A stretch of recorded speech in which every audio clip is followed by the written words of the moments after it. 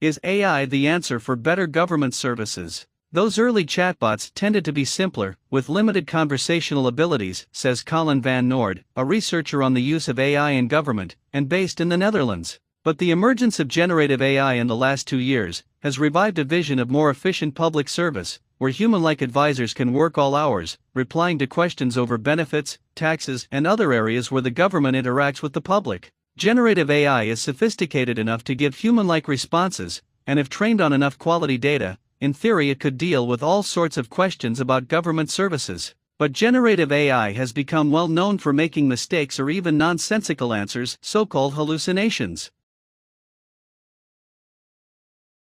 Could the flying piano help transform air cargo? Geese already know how to do it. When you see them flying in a V formation, they are surfing on the air currents created by formation members ahead and around them. At an airfield in Texas, Todd Greets is hoping to use that concept to disrupt the market for air cargo. Aerolane has been mimicking the tricks used by migrating birds, aided by modified planes towed into the air by another aircraft. Smoke released from the leading plane allowed cameras installed in the towed aircraft to capture vortices in the air that a glider can exploit to stay aloft. Their latest test aircraft is known as the Flying Piano because of its poor gliding characteristics. Its twin engines idle for electrical power while it glides along with propellers turning for purely aerodynamic purposes.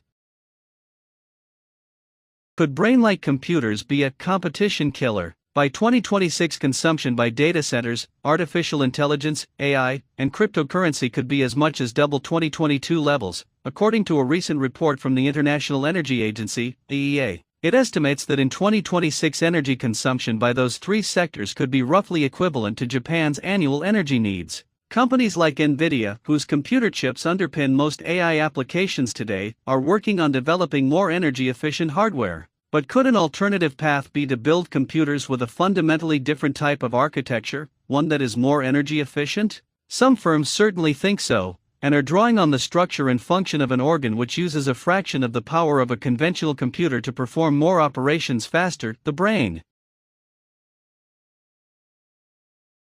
Electricity grids creak as AI demands soar. There's a big problem with generative AI, says Sasha Luchini at Hugging Face, a machine learning company. Generative AI is an energy hog. Every time you query the model, the whole thing gets activated, so it's wildly inefficient from a computational perspective, she says. Take the large language models, LLMs, at the heart of many generative AI systems. They have been trained on vast stores of written information, which helps them to churn out text in response to practically any query. When you use generative AI, it's generating content from scratch, it's essentially making up answers, Dr. Luchini explains. That means the computer has to work pretty hard. A generative AI system might use around 33 times more energy than machines running task-specific software, according to a recent study by Dr. Luchini and colleagues.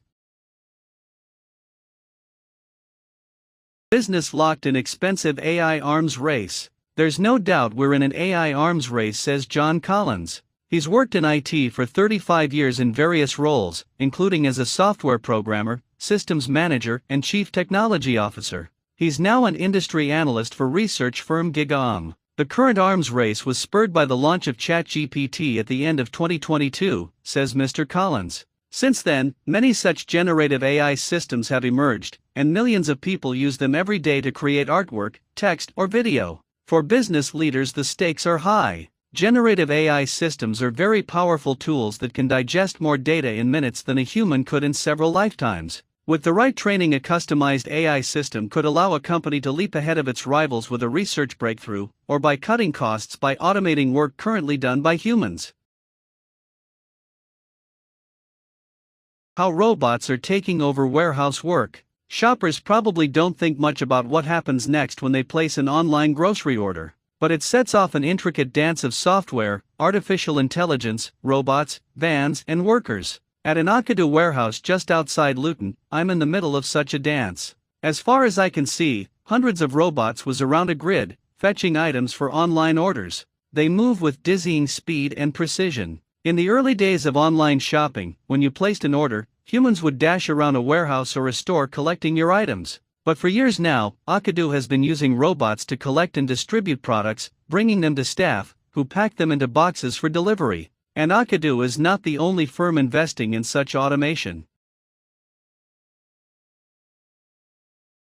Could AI take the grind out of accountancy? Owen Hewitt is a trainee chartered accountant at accountancy firm Hayes McIntyre. He's 2 years into his training with more exams coming up this year. What's unusual about him and his peers is that they will be the first generation of accountants to use artificial intelligence, AI, right from the beginning of their careers. Mr. Hewitt is hoping that AI will take over some of the more tedious parts of the job. These AI can remove the burden of the more time-consuming tasks, like analysis of financial data, says Mr. Hewitt. That leaves the humans to focus on more subjective and more interesting decisions, like whether a business is viable or whether debts are likely to be paid. The screen tech that can do almost anything. At first glance, it looks like a relic from the 1980s. A tiny computer screen with flickering, low-resolution text scrolling across it. But this could be the future. The screen was made using perovskite light-emitting diode, PELED, technology. It is radically different to the LED technology used in your smartphone display today, and it could lead to devices that are thinner, cheaper and have longer battery life. Not only that, PELEDs are very unusual in that they can absorb light as well as emit it, meaning you can use the same material to integrate touch, fingerprint and ambient light sensing capabilities, says Fang Gao at Linköping University in Sweden. This is difficult, but we think it's possible.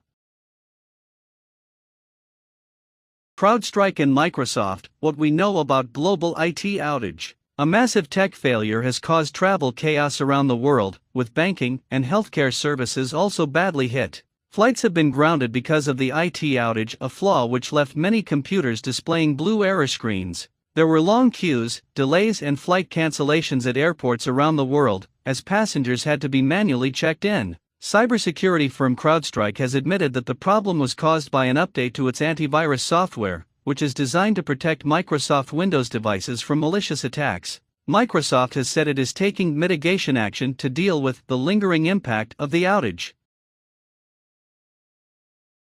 What caused the outage? This is still a little unclear. CrowdStrike is known for producing antivirus software, intended to prevent hackers from causing this very type of disruption. According to CrowdStrike boss George Kurtz, the issues are only impacting Windows PCs and no other operating systems, and were caused by a defect in a recent update. The issue has been identified, isolated, and a fix has been deployed, he said. This is not a security incident or cyber attack. What exactly was wrong with the update is yet to be revealed, but as a potential fix involves deleting a single file, it is possible that just one rogue file could be at the root of all the mayhem.